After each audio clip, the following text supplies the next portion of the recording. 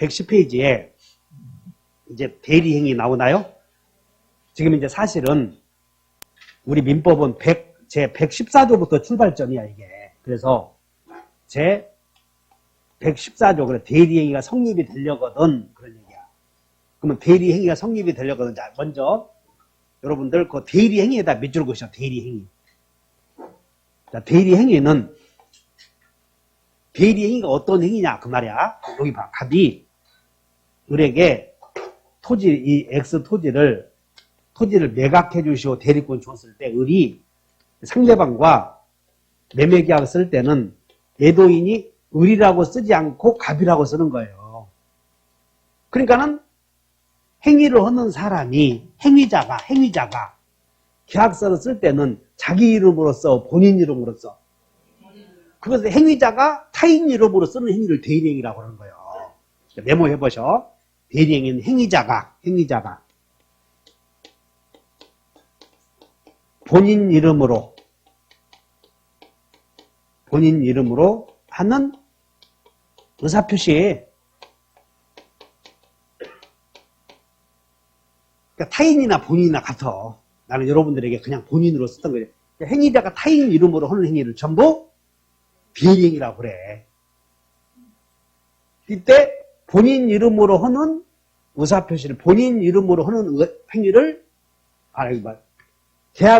계약서를 쓰겠다고 나타난 실질적인 구체적인 사람은 을이고, 숨어있는 사람은 갑아니야. 그러니까 숨어있는 사람을 드러낸다. 그래서, 숨어있는 사람을 드러낸다. 이것을 다 같이 드러낼 현, 이름명, 그 현명 그러는 거예요. 숨어있는 사람을 밝힌다, 이렇게. 그걸 뭐라고 그래? 현명. 됐네.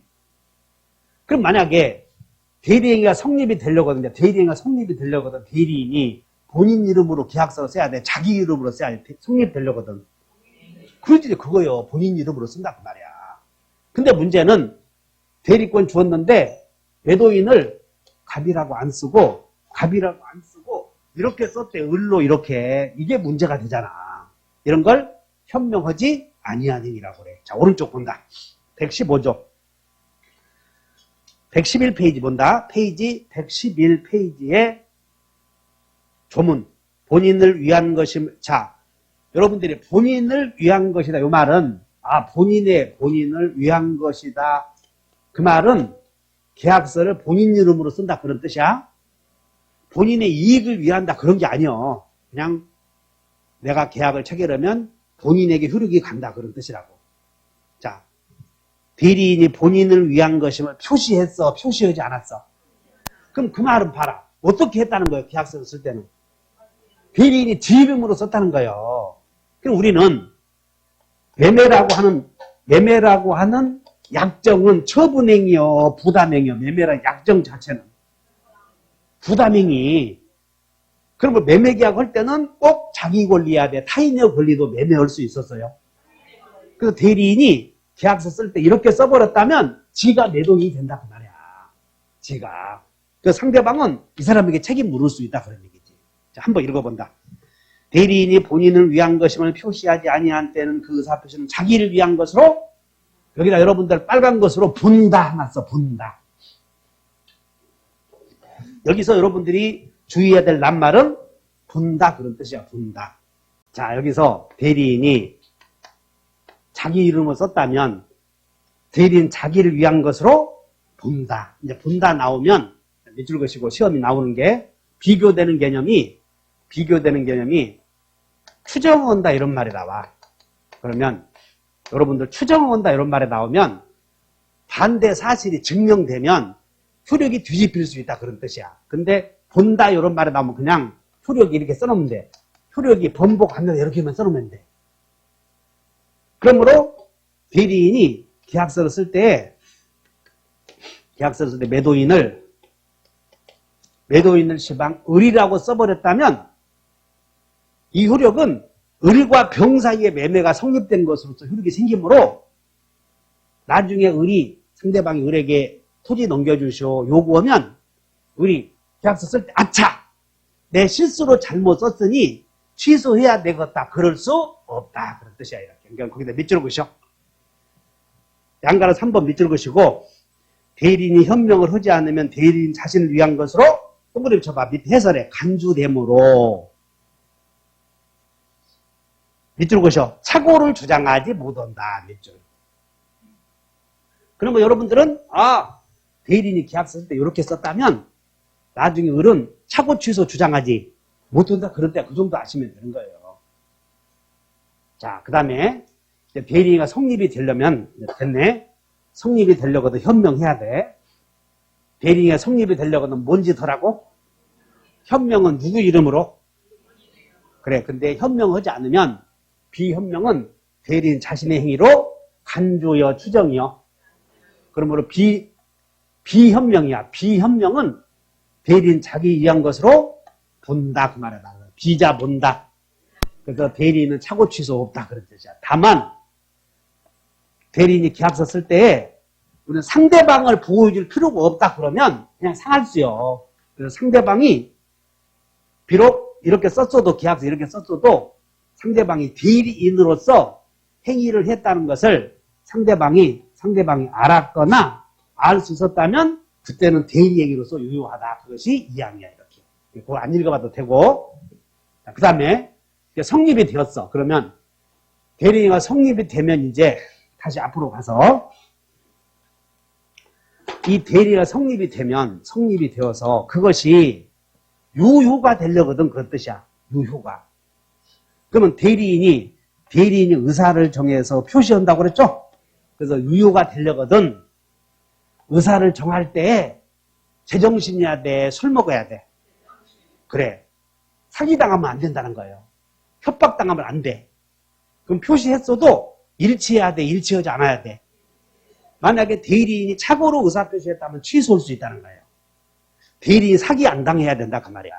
대리인이 맨정신이어야 된다. 이런 걸 배운다고. 따라서 대리행위가 유효가 되려거든 대리권이 있어야 되는 건 하나만 한 얘기고 대리행위 하자가 있어야 돼. 하자가 없어야 돼요. 하자가 없어야 유효하다 그 말이야. 그러면 하자가 있느냐 없느냐를 결정할 때에 기준이 되는 사람은 대리인이겠어 본인이겠어. 대리인이 의사를 정해서 표시하잖아 지금. 그러므로 대리행위에 문제가 있는지 없는지를 결정할 때는 대리인을 기준으로 한다. 그거 아시면 돼. 한번 읽어본다. 116조 의사표시의 효력이 시작. 의사표시의 효력이 의사의 흠결, 사기, 강박 또는 어느 사정을 알았거나 과실로 알지 못한 것으로 인하여 영향을 받을 경우에 그 사실의 유무는 누구를 기준으로 한다? 그렇지. 여기 보자. 대리행위가 성립이 되어서 그것이 유효가 되려거든 대리행위 자체에 하자가 있어야 돼, 없어야 돼요? 근데 하자가 있는가 없는가를 결정할 때는 본인과 대리인을 두 사람을 비교해 대리인만 기준으로 해. 그렇게 하면 되는 거예요. 대리인만 기준으로 한다, 이렇게. 한 장 넘겨요. 그 다음에 112페이지 봤더니 봐라. 대리인이 의사를 정해서 표시한단 말이야. 그러면 의사를 정할 때에 적어도 행위 능력은 있어야 되겠어. 행위 능력은 없어도 되냐. 이런 거 물어봐. 그러니까 대리인이 의사를 정할 때에 책임을 지는 사람은 본인이니까 책임 능력은 없어도 된다는 거예요. 그냥 대리인 의사를 정할 때다 분별력만. 자, 한번 읽어본다. 117조의 대리인의 능력. 대리인은 시작. 자, 대리인 의사표시 할 때에 행위 능력 있어야 돼? 없어도 돼? 그러나 의사 능력은 그것만 있으면 되고 행위 능력은 없어도 된다 그런 뜻이야. 따라서 말아 대리인이 제한 능력자인 대리인의 행위는 제한 능력자가 타인의 대리인으로 한 행위는 취소할 수 있는 거요. 완전 유효요. 완전 유효다 그 말이야. 대리인이 제한 능력자이더라도 완전 유효이고 취소하지 못한다. 그거 하나 외워놓으면 돼. 여기까지 됐나요? 그 다음에 이제 오른쪽에 113페이지에 자 여기 봐. 대리인이 본인 이름으로 상대방과 계약을 하면 이제 대리인은 끝났고 책임지는 사람은 본인이다 그런 뜻이야. 본인이다. 그러므로 만약에 대리인이 의사를 정해서 의사를 정해서 표시했을 때 사기당해서 의사를 정해서 표시했다면 취소는 대리인이 한다는 거예요? 본인이 한다는 거예요? 그 얘기가 본인이 취소한다는 얘기야. 그러니까 나머지는 대리인은 본인 이름으로 계약을 했으면 나머지는 본인이 해결한다 그런 뜻이야. 그것이 대리행위 효력이다 하시면 돼. 자, 한번 읽어본다. 대리인이 시작. 그 권한 내에서 본인을 위한 것임을 표시한 의사표시는 직접 본인에 대하여 효력이 되죠. 즉 이런 거야. 대리인이 상대방과 본인 이름으로 의사표시했으면 그 효력이 유효가 되고 본인이 책임진다 그런 뜻이야.